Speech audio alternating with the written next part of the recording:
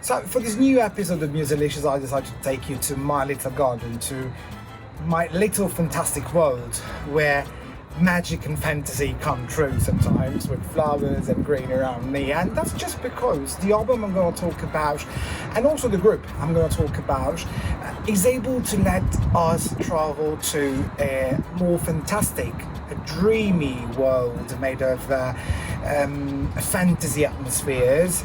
And the album I'm talking about is Ghost Stories by Coldplay. Ghost Stories is the sixth album of the British band led by Chris Martin. It's a bit of a sad album, to be honest to you, but not that sad. Let me explain it. These work shows in each song the pain and the sufferings behind it. All feelings linked to the end of the frontman's wedding with the actress Gwyneth Paltrow. And we all loved that couple, didn't we? Well, basically the album turns around two main things. One is the influence that past actions can have on us still today, and the other one is the power to love, the ability to love that all human beings possess. Good, I liked it. Yeah. Now, this album features some very good electronic experiments, like the ones we can find in Midnight, and also, for the first time in the history of the band, the use of disco dance sounds, like the ones that we can find in Stop That For Me is a hymn to joy and love.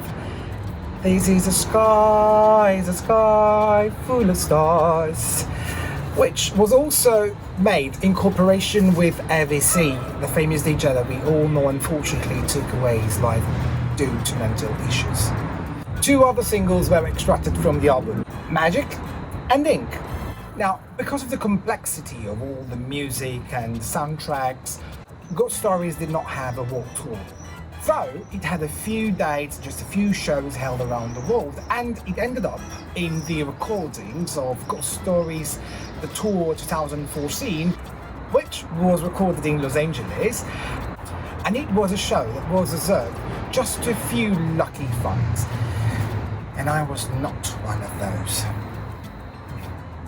Anyway, just to give you some numbers, worldwide Ghost Stories sold over 3.7 million copies in the same year of its release.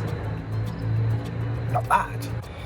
Ghost Stories was the album that actually made me appreciate this band even more. It did not matter the sadness of the songs sometimes, yes.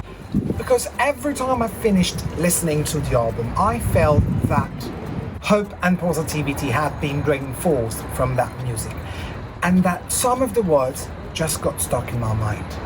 And if you were to ask me, after all that we've been through, still believe in magic? Well, yes, I do. And now it's time for curiosity.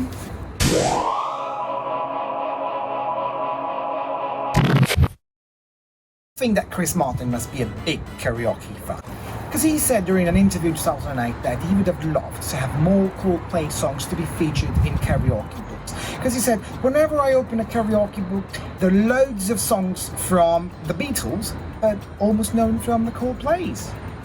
Too bad, and you're right.